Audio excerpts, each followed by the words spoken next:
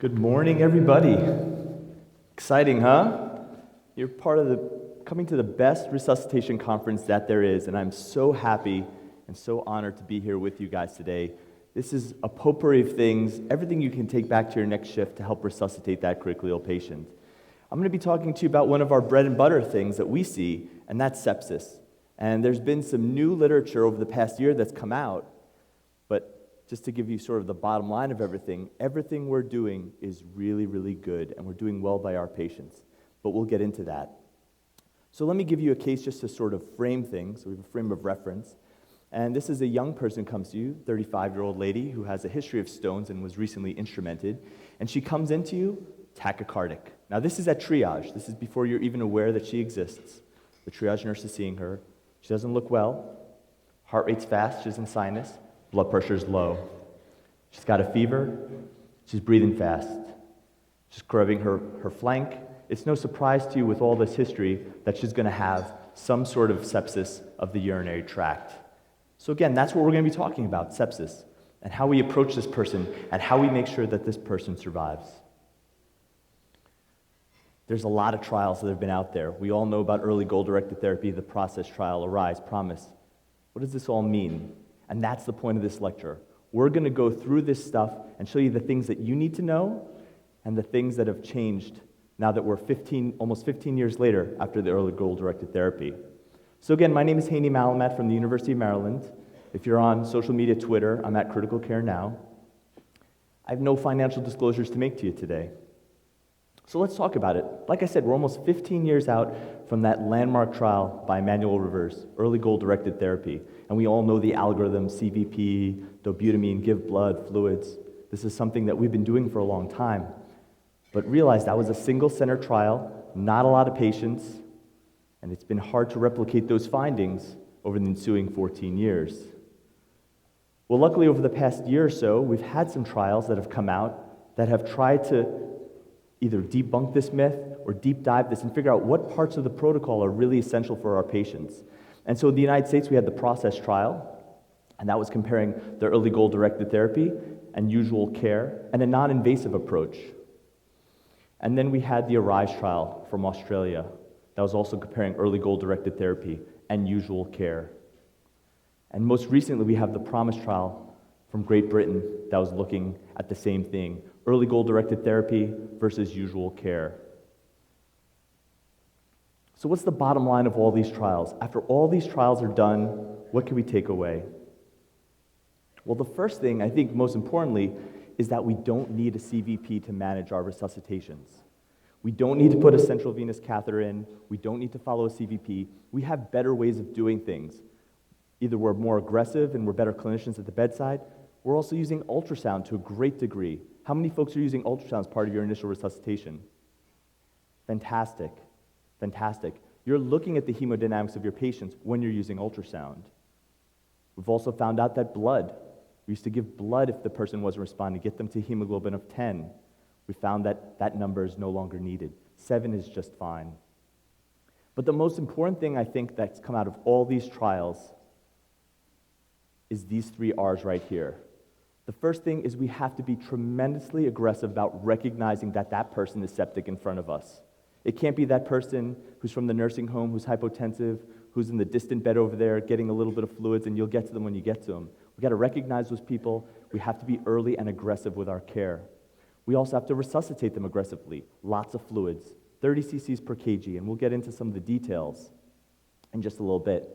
And then finally, early antibiotics for patients who we suspect or we know have sepsis. Early antibiotics, as soon as you identify, all these things are going to decrease mortality in our patients. So this is the way I look at it when I see a septic person. I think there's 3 levels of care that we need to implement to make sure that these patients survive. And the first thing is just simply identifying. The sooner that you identify that that person is in your department and potentially ill, the sooner you can move on to your next step, which is that resuscitation phase. Lots of fluids, antibiotics. And then finally, some of those people, despite your most aggressive care, will still need something else, and that's the fine-tuning aspect of sepsis resuscitation. And we'll go through all of those things. So it's no surprise that Patients who are critically ill with other illnesses need early and aggressive care. So we see this all the time with patients that come in with STEMI, right? If I have a patient that scratches their left shoulder, someone does an EKG and puts it in front of me. It's like, good, time is myocardium, we can't miss this. Okay, that's fine. Any person with any asymmetry of their face, we call a stroke code. Time is brain. Patients with trauma come in, right? Even if they're completely stable. We want to jump on those people, and there's always 3 times more people than you need to resuscitate that person in the room. Even the testicle gets more attention than the septic patient, right? How many times do you have somebody rushing off to ultrasound to get that critical ultrasound, but that little old lady sitting in the bed, give her a little bit of fluids, we'll see her later. So that's just it. When it comes to sepsis, we're a little bit lax about our care sometimes, and that's why identification is so important. Not for us in the room, because when we see that person, we know how to resuscitate them. It's for the people on the front lines, the paramedics that are bringing them in. It's for the nursing staff. We need to identify those people, bring them to our attention so we can start resuscitation fast. This is how we need to be with our resuscitation care. We need to be running around taking aggressive care of these people. So let's talk about it. It starts at triage. It starts when that patient crosses the threshold in the emergency department. Maybe we'll see some trials in a few years that says it starts in the ambulance. Maybe we'll have point-of-care lactates in the ambulance, and that's where it'll be. But for right now, it starts in triage. And so we have systemic inflammatory response syndrome, which is what we thought was a good thing. And just as a reminder, that's 2 of these 4 criteria: elevated temperatures or low temperatures, high or low white blood cell counts, pulse, respiratory rate. You know this stuff. 2 or more of these may flag your chart and let you know, but there's been some more recent literature, a large retrospective review that's shown that if you follow that to the letter and say 2 or more of these criteria and a suspected source gives you sepsis, you're going to miss 1 in 8 patients with sepsis or septic shock. So this alone is not a good criteria. So we'll still have to figure out what would be a good criteria in addition to the search criteria, because we shouldn't completely throw them away. They're good criteria, but something like the shock index might be where we need to go next. That's heart rate divided by systolic blood pressure. And anything greater than 0.8 should alert you that this person is potentially sick. And this has been validated in some trials. So now that we have the triage, we did the shock index, now we need, at triage, to have some labs drawn. Now, we can draw the rainbow of labs, the whole spectrum, any sort of color that you want, but here are the really critical labs you need to draw, and that's blood cultures early on, ideally less than 45 minutes after they hit your door. You want to get 2 sets of blood cultures. If the person has a catheter that's been in more than 48 hours, you want to get cultures from that as well. And then finally, if you can and time permits, pan culture them. Get as much information as you can, because we're going to go to broad spectrum antibiotics after this, and we want to be sure that we have our cultures so that hours 24, 48, 72 hours later, we can narrow our spectrum down. We don't have to be blasting them with these broad spectrum antibiotics. We hope to tailor it down to the specific bug, but we need that data first, so we need good cultures drawn. And then, of course, the initial thing that should be drawn is that lactate. That tells us where we are when we first start our resuscitation. So get that lactate level, and if you don't have it part of your protocol in triage, encourage your nursing staff to make it part of their protocol, because this is your starting point before you even do any therapies. And then finally, so important to have your charge nurse or your physician extenders come and flag this chart for you and tell you this person needs to see you now. This should be a STEMI for you. So that's the identification phase. Let's talk about what we do and what we do so well, and that's resuscitate. First off, fluids. We got to hit our patients with fluids. And all these trials have shown us that we need to start off with 30 cc's per kg. 30 cc's per kg is a fluid bolus as your initial crystalloid bolus. That includes the people that have CHF.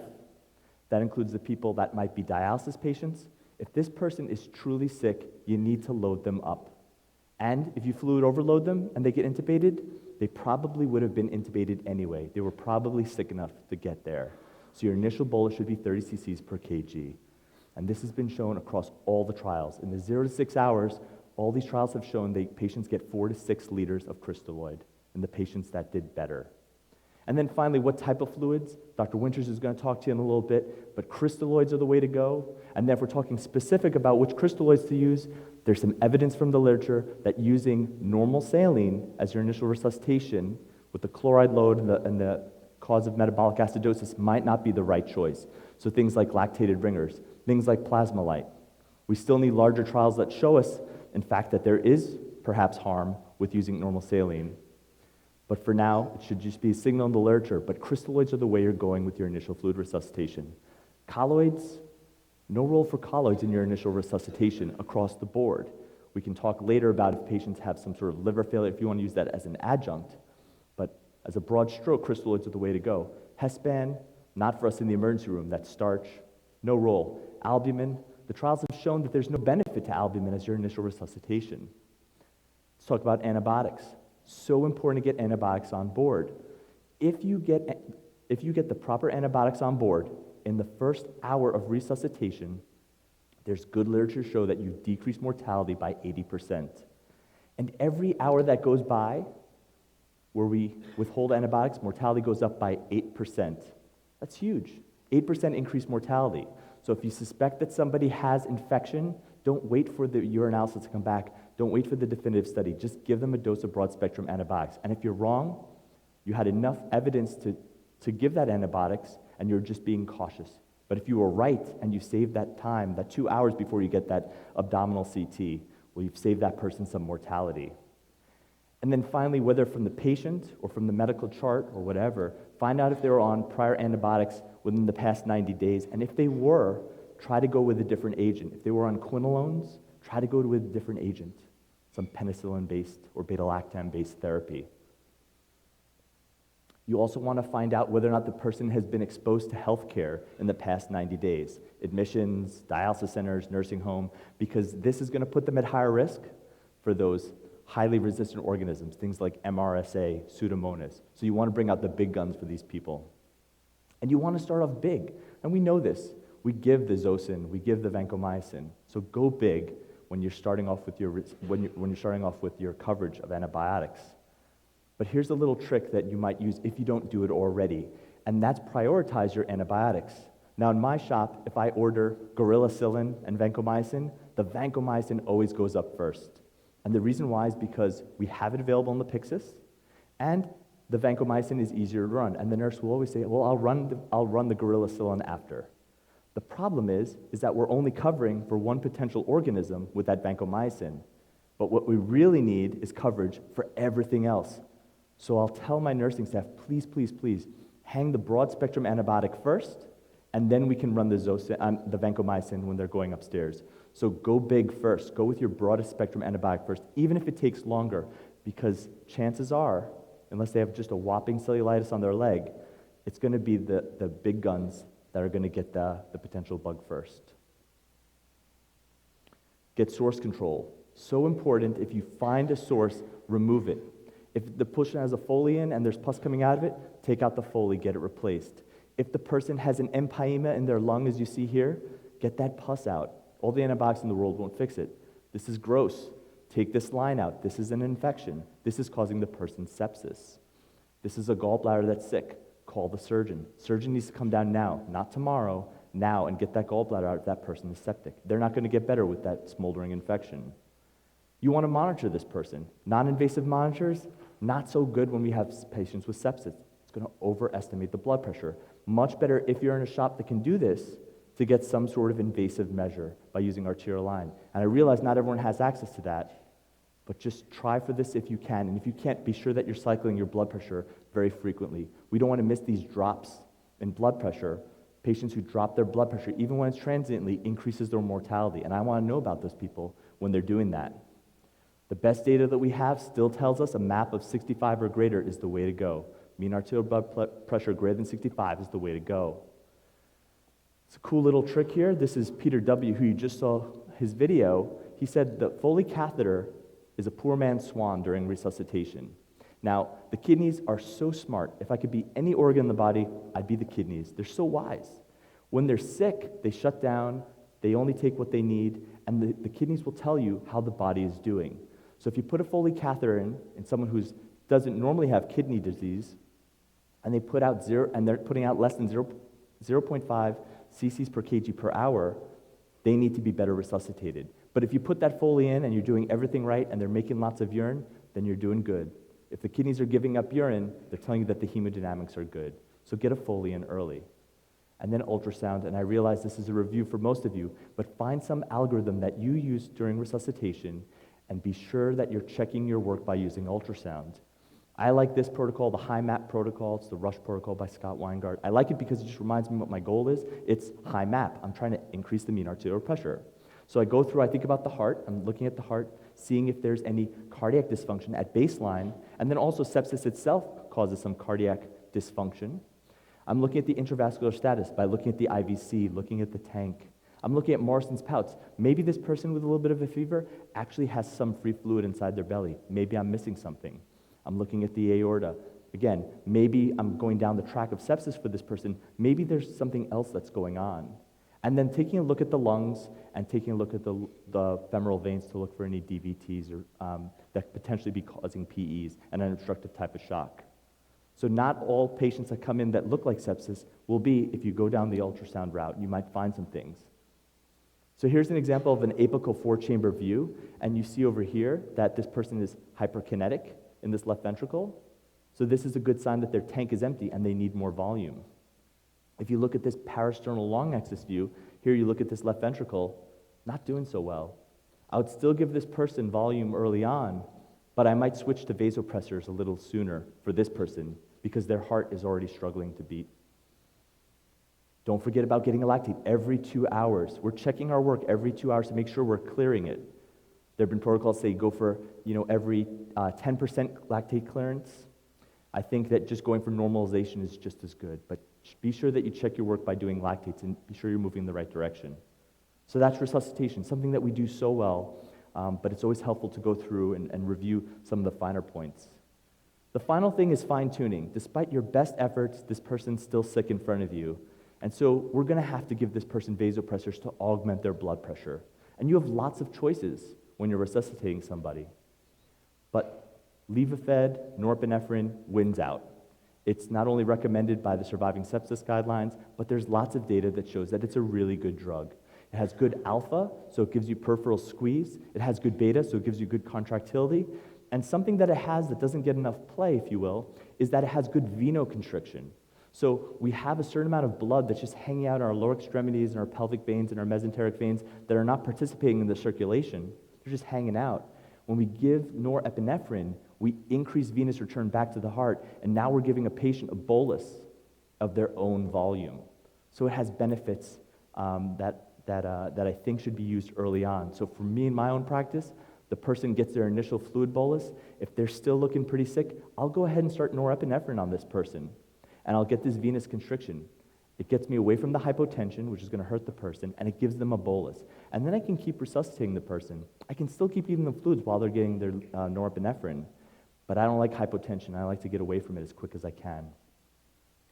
Also in the guidelines, you can use epinephrine and adrenaline, if you will. That's used overseas. That's their first-line agent, and you certainly can use it too. Vasopressin is a great second-line agent. It should go up as 0.03 units per minute. Just goes up, sits in the background. So for all these drugs, you're going to need a central line. And for that, I'm going to give you 10 central line tips that will help you get central lines in. Now, we don't need these central lines for CVP. This is just for the administration of our vasopressors. But let me give you some tips. Now, before I go on, none of these tips have been prospectively randomized, so please don't write in. If you do, it goes to Sujal, all the negative emails. But none of this has been prospectively validated. These are just tips that you can use to get central lines much easier. And these are things that I've either figured out along the way or I've just talked to some really smart people that have taught me. So the first thing is when you have the person who comes in cardiac arrest. Now, we're using ultrasound more and more during cardiac arrest. So someone's already using the ultrasound. You need to get your central line in. How are you going to go about doing this? How many of you are doing IOs during your codes? Fantastic, fantastic. It is the way to go. It is a central line. It gets you everything you need to do. You can do pressors, you can do bloods, anything you need at all goes through that IO, and it goes in seconds. So don't waste time looking for a femoral line, looking for peripheral IV. Just get the IO in and keep resuscitating your patient. If you don't have IO, you can do this other trick. You just take your thumb and your index finger. The thumb goes in the pubic tubercle. The index finger goes on the inferior ischial spine, and then right there in that V is where your femoral vein is going to be. And you know what? If you get an arterial flash, that's okay. You can probably use an A line during your codes anyway. But that's a talk for a different day. All right. Have you ever seen this kit, this little slider catheter? You get this steel-tipped introducer needle, but there's also this slider catheter that's in the kit.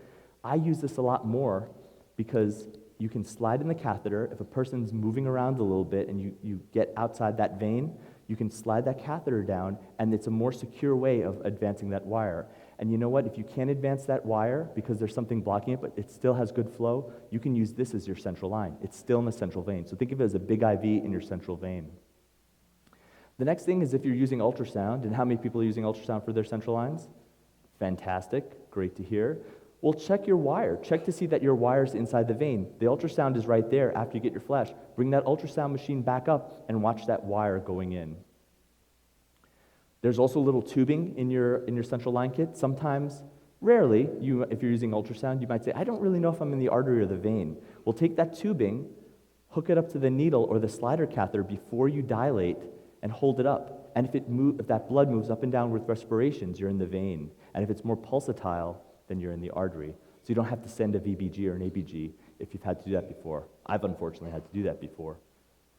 Now, there's nothing I hate more than getting blood splashed all over me when a resident or a colleague is putting in a central line and taking out the wire and it flaps around.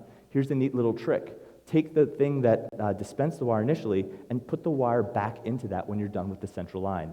A nice clean way of disposing of it. It's also not flopping around as you're putting in the sharps container. It's nice and contained in the thing it came in. How many of you have seen this? The subclavian line that goes and takes a brain biopsy. Nothing ruins my day more than this because you just keep going back and forth. Try this trick next time. After you get your flash of blood and you're about to advance your wire, take your finger, and this picture doesn't really accurately describe it. It says put over the sternal notch. Actually slide a little bit over the IJ and just occlude that IJ. If you start getting ischemic symptoms on the opposite side, a little bit too much pressure, but just a little gentle pressure there over the IJ and advance that wire, and maybe it'll just direct that wire down into the heart. Next, check the lung. I don't like to wait around for radiology to come do my x-ray to see if I have a pneumothorax. The ultrasound machine is right there, so after I rip off my sterile field, I just go look with ultrasound, and now I know whether or not I have a pneumothorax or not. So a much quicker way of looking for pneumothorax. Neat little trick. If you have somebody who you put a cortis in, you resuscitate them, you get their blood volume up, and the nurse says, I need some more access, and you just don't have time to do it, you can actually slide a triple lumen catheter through that white port of the cortis. Goes right through there, and now you have 4 ports. Now you won't be able to massively resuscitate with volume, but you still have 4 access points. The only caveat is that little thing that you see there on the screen, this little blue thing, has to go on before you break your sterile field. Because if you don't put that thing on and you put that triple lumen afterwards, you're going to introduce bacteria into the bloodstream. But if you put this cap on, you're going to keep everything sterile. So consider that next time. I hate seeing people get stuck with needles. It's really hard when you're in the heat of the moment to tie a suture. Well, go ahead with that needle, fold up that little paper or plastic thing that dispenses that needle, and use that as a guide to pick up your needle so that you can grab it from the midshaft rather than the tip. Avoid getting stuck. And then finally, I trained in a hospital where I couldn't find a nurse to help me out for the life of me. I worked in a county hospital, so I had to do everything by myself. So one thing to consider is rather than having someone squirt saline in your field, if you run out of saline and you have to call for more, just do it yourself. Everything inside the bag and the IV, the saline bag and the IV tubing, that's all sterile. So drop that onto your sterile field and then get gowned up, and then you can do everything yourself. All right, the last minute or two, I just want to go over some of my final pet peeves of critical care, and this is the aspect of maintenance fluids. So as you're actively resuscitating somebody, you'll see people put other people on maintenance fluids. You'll see people put patients on maintenance fluids. And I never really understood why that is. I mean, if you look at all the medications that the patients are getting, that's enough maintenance. Plus, this person isn't maintaining. Maintenance fluids are for people that are NPO, waiting for surgery the next day. This person is intravascularly depleted. So if you want to give them volume, bolus them volume. The reason why is because crystalloids only stay in 20 to 25%. So if you give somebody 100 cc's an hour, okay, that means only 25 cc's are staying in the intravascular space. And over 24 hours, that's only 600 cc's of fluid. Everything else is going extravascular and third spacing and causing tissue edema. And so we get things like abdominal compartment syndrome. We get kidney injury from tissue edema. We get acute lung injury, ARDS. We get delirium. So we want to be restrictive in the fluids that we give, and so if the person needs a volume bolus, just give them a bolus of fluids. Dobutamine, still a good adjunct if you're using ultrasound and you feel like you've resuscitated your patient and they're on norepinephrine and you want to give them a little bit more squeeze, then by all means give them dobutamine. Steroids are still on the table. Certainly for patients that are chronically on steroids and they're sick, you may want to go ahead and start them on steroids. If they're not and you're already on 2 pressors, then go ahead and start steroid. You don't have to stim them, that's already been in the guidelines now. We're going for 200 milligrams a day, and you can decide how you want to divvy that up. Probably the best thing to do is do 50 milligrams Q6. And then there is some literature that may be coming out soon that's saying that maybe dripping it in is a little bit better over the course of 24 hours, sort of like as a background steroid. Intubate your patients that are sick. Metabolic acidosis takes a tremendous work of breathing to get that acidosis off. So if even a person has a UTI, they're working hard to breathe, consider intubating them, take away that work of breathing. You're going to put more of that cardiac output away from the respiratory muscles and back into their heart and the kidneys to help them breathe. Don't forget post-intubation about giving them good analgesia, fentanyl, morphine, dilaudid, whatever you give them, and then add on your sedation afterwards. Setting your ventilator, 6 to 8 cc's per kg, looking for peak, but more importantly, looking for plateau pressures less than 30. Don't forget to sit your patients up 30 degrees, decreasing your risk of ventilator-associated pneumonia. As we said before, the blood goal we should be using, 7. That's our goal, unless someone's exsanguinating. They're not exsanguinating and they're just sepsis. 7 of hemoglobin should be our goal. And then if you have part of your protocols and you're extending your care on your patients, consider keeping a tighter glucose control anywhere between 180 and 200. And finally, don't forget to get that lactate. So I'm going to conclude here by just reminding everybody about all these different trials that we've gone through essentially point to the same thing. It's just to be aggressive. You want to identify that person right off the bat, get them back to the resuscitation area where you can take care of them. Give them fluids, give them antibiotics early, and keep pushing them and being aggressive, serial lactates. And don't forget about getting pressors on board and using norepinephrine earlier on because you get that venoconstriction and increased bolus of their own fluid rather than exogenous crystalloids. With that, I want to thank you so much for your attention. I'm excited just to sit in the audience and listen to the great speakers that are going to be up here today, and I'll take any questions that you have in the back during the break. Thank you so much.